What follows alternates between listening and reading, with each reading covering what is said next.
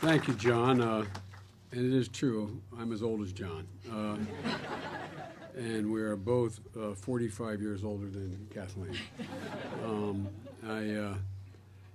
going to do what John did. You couldn't see from here, but John skipped about 15 pages of his speech because he and I come from a political background. We know that if you ask an audience, no matter who the speaker is or how collectively number of speakers are, to stand more than 15 minutes, you lose them all.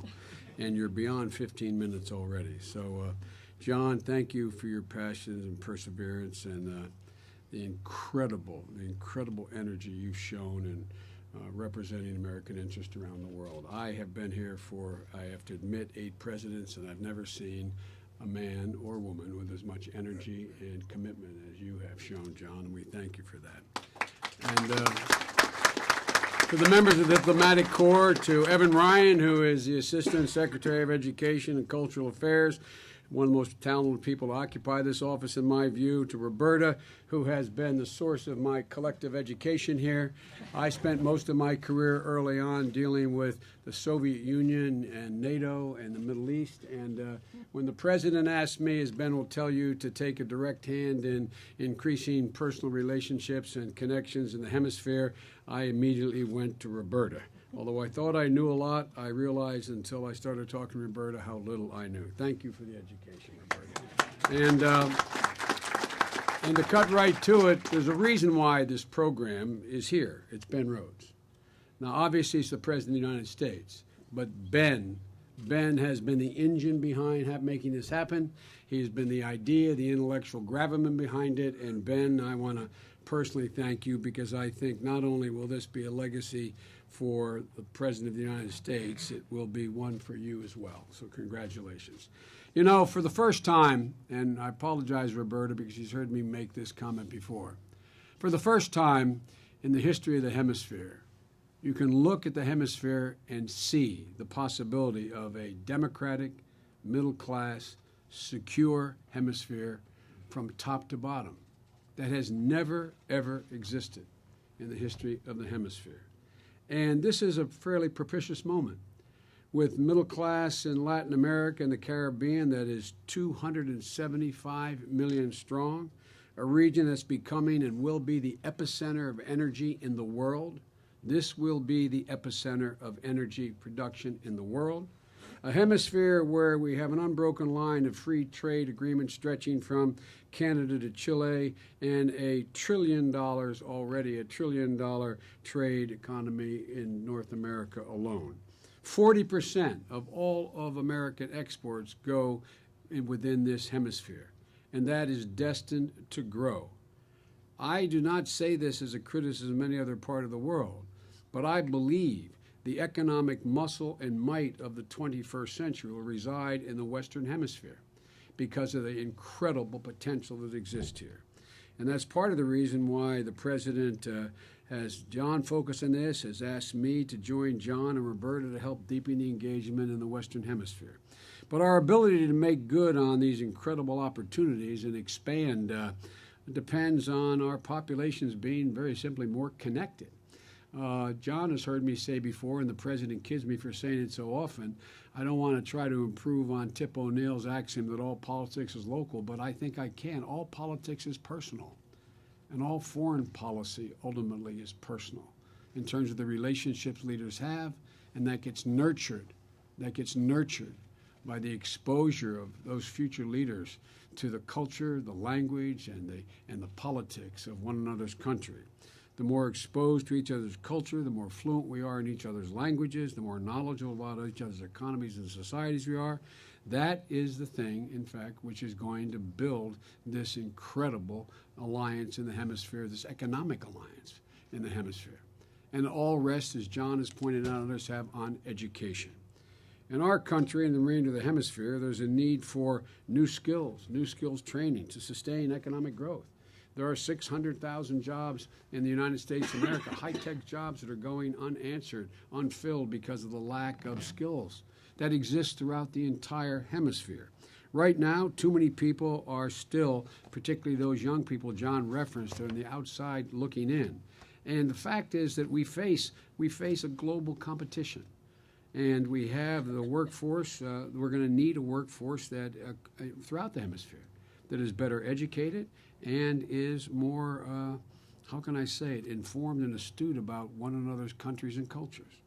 Just as important for students in this hemisphere is to gain greater fluency in English, but it's equally important for young Americans to learn Spanish and Portuguese.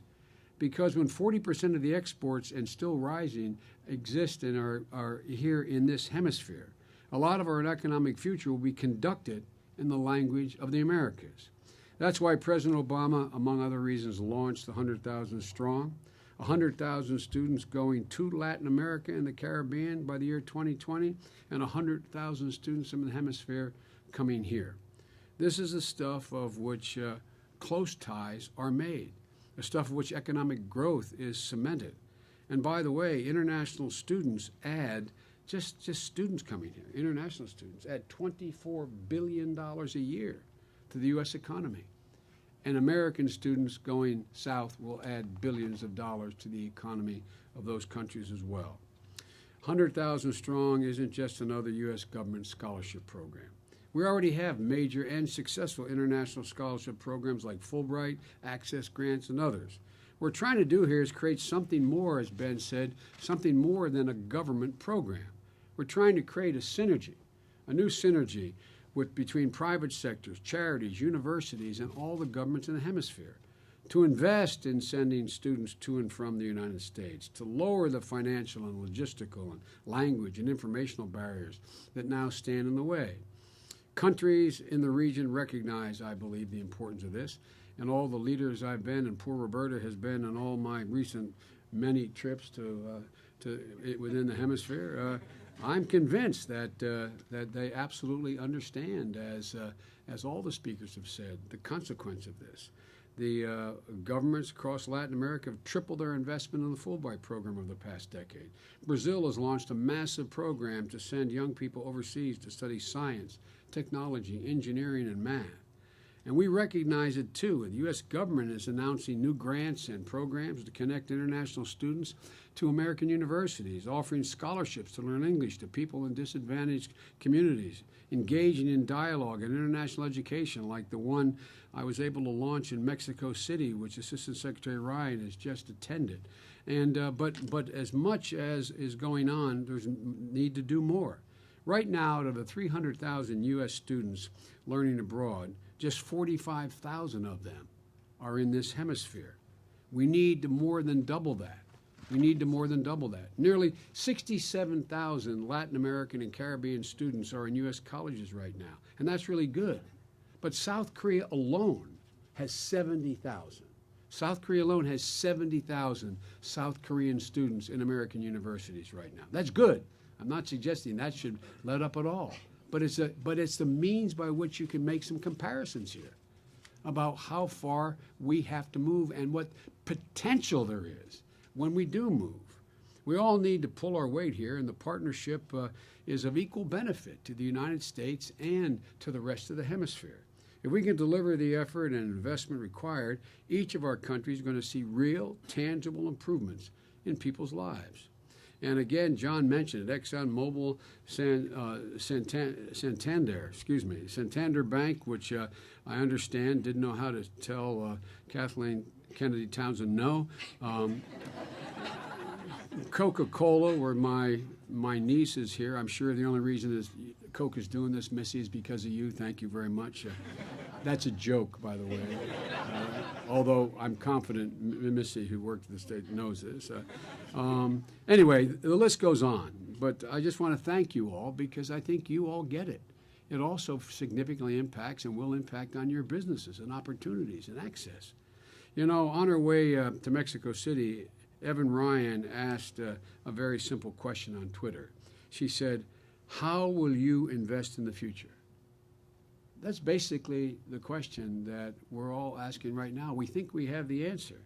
Because if we invest in the future, there's going to be no limit to the possibilities that are available to us in this hemisphere.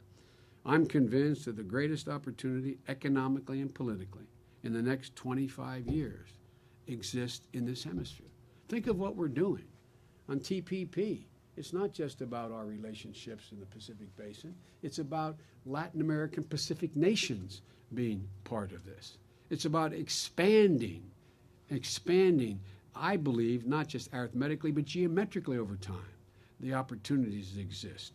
And that brings stability. That brings economic growth, brings stability. There's no reason we can't, as I said, be the epicenter not only of energy here, but the epicenter of ideas and technology and breakthroughs over the next 25 years. But we have to invest in our young. We have to feed their minds. We have to give them real opportunity in order to see the world and take part in it. You know, the single greatest gift I think we'd all acknowledge, and you're all sophisticated people gathered in this room, and those of you who are in public service, ambassadors and members of governments of other countries, it's obviously not the economic opportunity you provide to your children. The great advantage they get is they get exposure. They get exposure.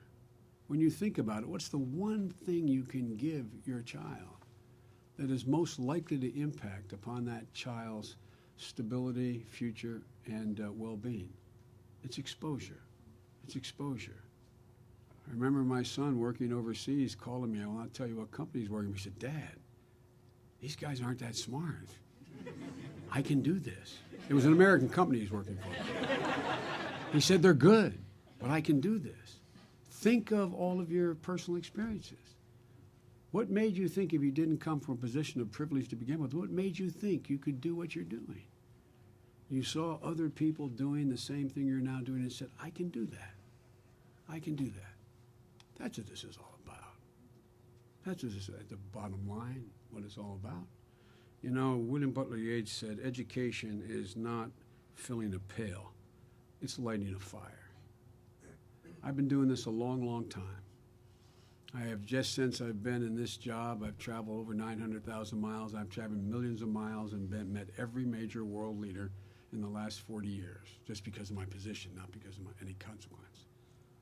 And every single solitary time, those who understand most are those who've been exposed, as John said. How many times, John, do we run into people, like you said, who've been educated in America, or American leaders and American business people who've been exposed and educated abroad?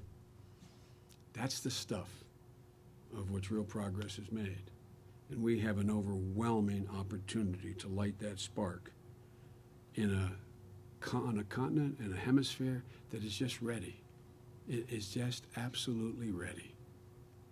And so, folks, thank you for your cooperation. I thank all my colleagues here for their leadership. And again, I particularly want to thank Ben Rhodes for not letting this slide away from the beginning.